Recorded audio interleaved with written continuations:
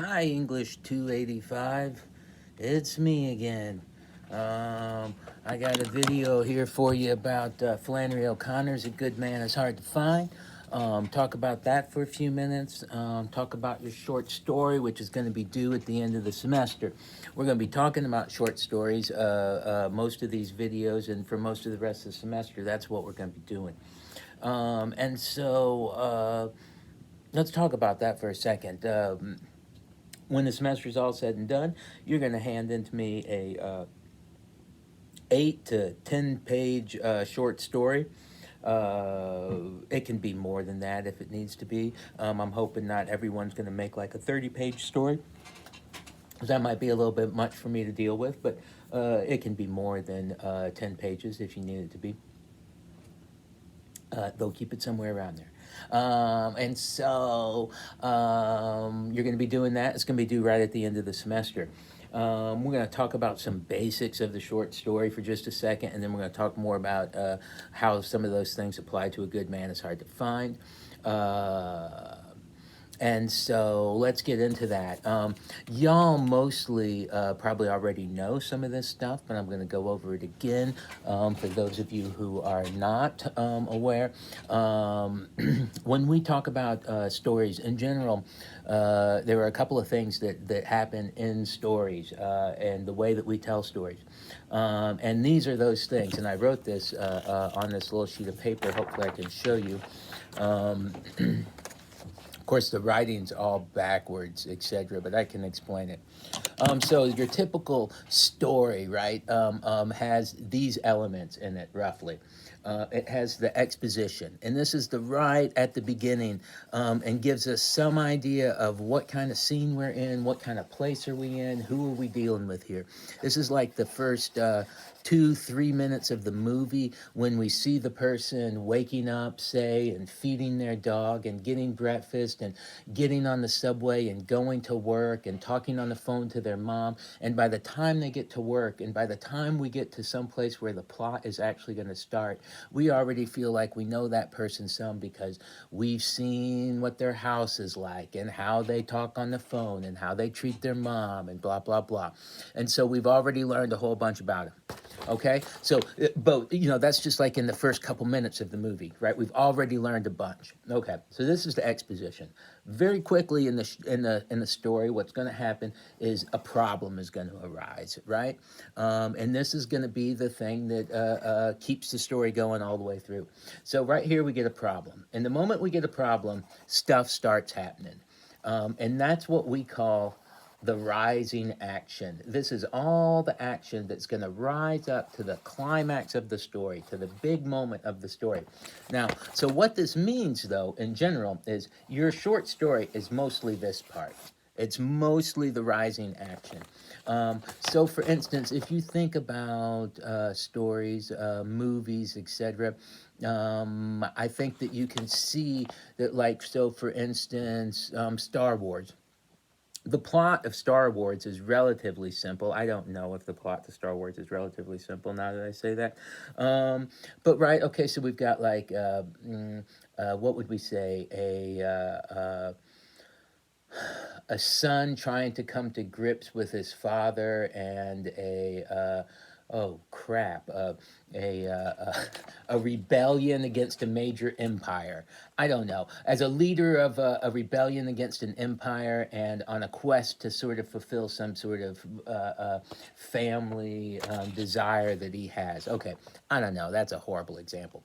My point is that it's relatively simple what's happening in Star Wars, but it's all the stuff that gets to that stuff that the movie is. So in the movie, oh my God, right? They've got to meet Han Solo, and then Han Solo gets stuck in the freeze thing, and then they've got Jabba the Hutt they have to deal with, and then the spaceship breaks down, and then Anakin's mom gets killed, and then whatever. All of this stuff is the rising action to where we move toward the climax, which ultimately the climax in Star Wars is someplace down the line, right? Like, I don't know, maybe when Luke and Darth Vader finally fight or something. Luke, I am your father, like that moment. Perhaps that moment is the climax. I'm not exactly sure because, good God, there's so many Star Wars movies at this point that they don't even know. Okay, so my point is, your stories, they start here, they get a problem, they get a rising action. This is going to lead us to a climax. It's going to be a big moment in the story. Very shortly after the climax, we're going to have what we call the falling action and the resolution. This part of the movie or the story is usually pretty darn short. Okay, so let's think of, so your story is going to have a exposition that's going to be relatively small. We're going to very quickly find out about a problem. Once we find out about the problem, things are going to start happening as we try to get that problem resolved. This is going to lead to a big moment and then a little fall off right at the end. So let's think about those ideas in terms of A Good Man is Hard to Find by Flannery O'Connor. Oh, okay, so I don't know about y'all. I hope by now that you have listened to Flannery O'Connor reading A Good Man is Hard to Find. That's really interesting to listen to and fun to hear her voice. And let's talk about this story. For one thing, this is like one of my favorite stories in the world. And Flannery O'Connor is one of my favorite writers in the world for a number of reasons. But let's talk about this story for a minute. So, like in this story, what is happening in this story? Well, we start out, I want you to realize, we start, the first sentence of A Good Man is Hard to Find is, the grandmother didn't want to go to Florida. Okay, so first thing I want to notice here, the story does not begin with, there was a house in wherever, and there was a beautiful family that lived there. There was a mother and a father and a couple of kids, and there was a grandmother. They were all thinking about going on vacation, and the grandmother didn't want to go to Florida. Okay, so she could have done all that, but she didn't do that. She just starts with, the grandmother didn't want to go to Florida. And I mention this because in stories, oftentimes people spend way too much time with the setup and they don't get to the stuff that matters, right? So get to the stuff that matters. Nobody wants to have their time wasted, right? Okay, so she didn't want to go to Florida. And then again, just look at this first page of A Good Man is Hard to Find. The grandmother didn't want to go to Florida. She wanted to go to Tennessee. Bailey, her son, was her only boy. And we see here, she was seizing at every chance to change Bailey's mind. Bailey was the son she lived with, her only boy. He was sitting on the edge of a chair at the table, bent over an orange sports section of the journal. Now look here, Bailey, she said. See here, read this. And she stood with one hand on her thin hip and the other rattling the newspaper at his bald head. Here, this fellow that calls himself the Misfit is loose from the federal pen and headed toward Florida, and you read here what it says he did to these people. Just you read it. I wouldn't take my children in any direction with a criminal like that loose, and then I couldn't answer to my conscience to it if I did. Okay, that's the first paragraph, right? And by the end of the first paragraph, we already know a lot. We know we've got a grandmother. She's living with her only son.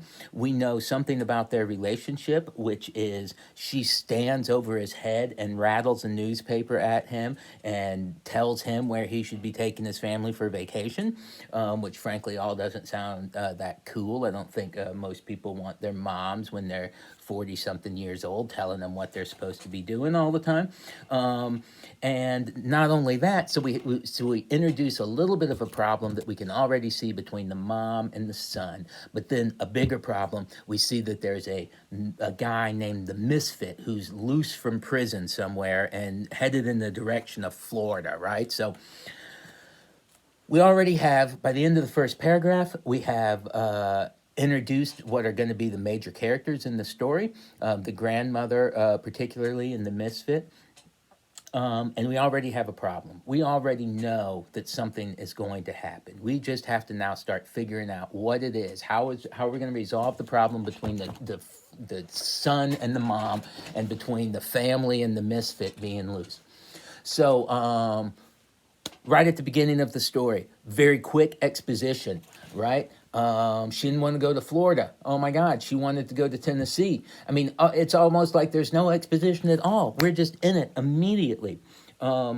Okay, so by the end of that first page, we see what kind of family we're dealing with here. No, I'm sorry. By the end of that first paragraph, we see what's going on, and by the end of the first page, we've also been introduced to the mom. We've been introduced to the two children, and we already see that the two children are bratty.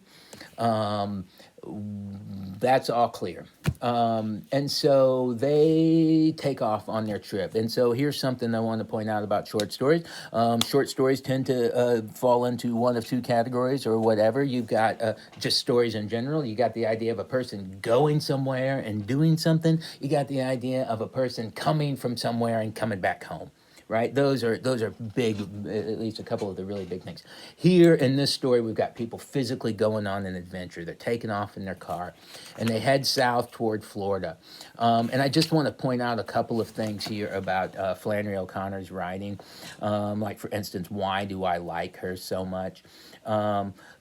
Here we have, this is on the second page on 251, we have a description of the grandmother and what she's wearing. First, we have a description of the children's mother.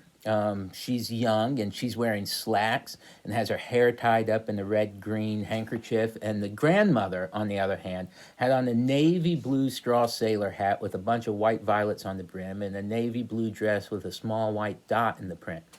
Her collars and cuffs were white organdy trimmed with lace, and her neckline she had pinned a purple spray of cloth violets containing a sachet. In case of an accident, anyone seeing her dead on the highway would know at once she was a lady. So, I don't know, right? But this is no nice. We know from that sentence a few things. We know that the grandmother is dressed up really nicely, that she's looking really good, and we know there's the possibility that she's going to end up dead on the side of the highway. The idea of complimenting a woman by saying, wow, you look nice. Like if I said to my wife, I would say, honey, you look so nice. If anyone were to find you dead on the highway, they would know at once that you were a lady. This would not be the best compliment in the world because obviously it foreshadows some bad stuff coming. So we can see as the story already starts, we can see the underlying tension. We can see the underlying darkness that's going to be in the story because obviously the story ends up getting really dark. And so, of course, by the end of the story, they have run into the misfit. They have the car wreck. The misfit approaches the car. He ends up taking off the boys and shooting Bailey and the boy. Then he eventually takes off the mom and the little girl, and they are shot along with the baby. And then finally, the grandmother is shot by the misfit. And this is right near the end of the story. So the whole time all this scene is going on, the grandmother and the misfit are talking back and forth, and they're saying all kinds of things. And at the very end, she gets shot. And this is what I think of as roughly the climax of the story.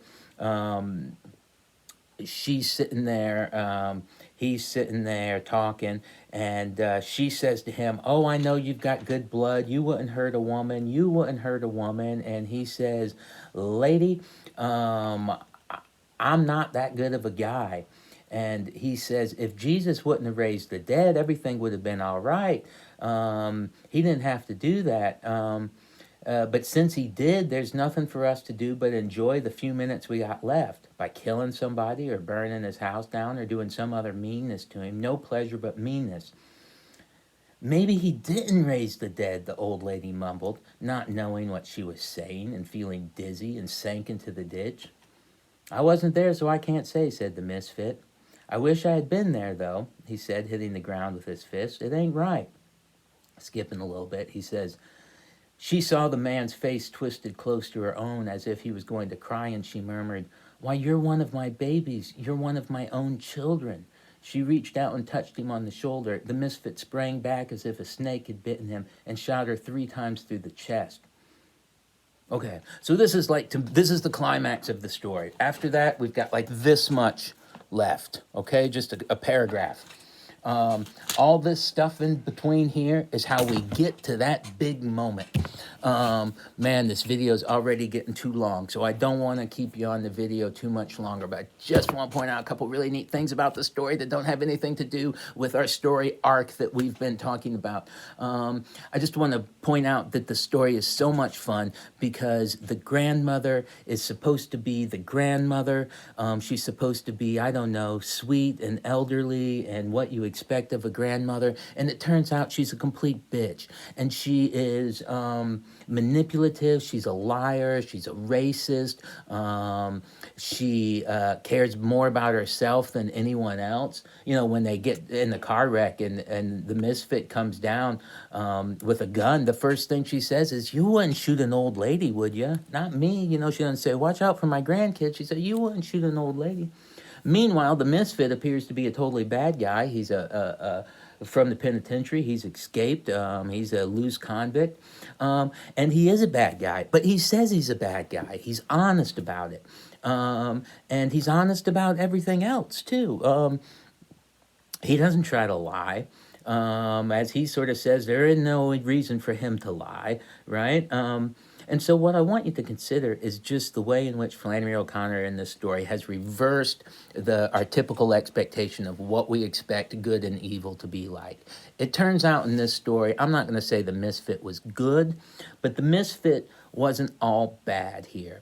The grandmother, how about this? Let's just say the grandmother's kind of like Satan.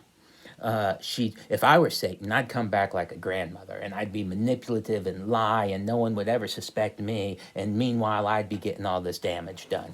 And then likewise, you know, what's Jesus like? Well, Jesus is homeless. He's honest. He goes around and ultimately he gets to judge people and decide their fate, their destiny, all of that stuff. And that way the misfit is a little like Jesus. Now, again, I'm not saying that the misfit's like Jesus and that the grandmother's like Satan, but what I am pointing out is that we could do that. We could think of them like that because she has left it ambiguous enough to where we can't really tell that the grandmother's all bad. And we can't really tell that the misfit's all bad, aside from the fact that he murders a whole family in cold blood, which does make him seem pretty bad. So what I'm saying is it's a really interesting story. A lot of great stuff in there. Pay attention to, again, the story arc, how that goes. Hope you enjoyed reading this. I think it's so much fun. And I'll come back and talk to y'all soon about something else. So everybody have a great day. Bye-bye.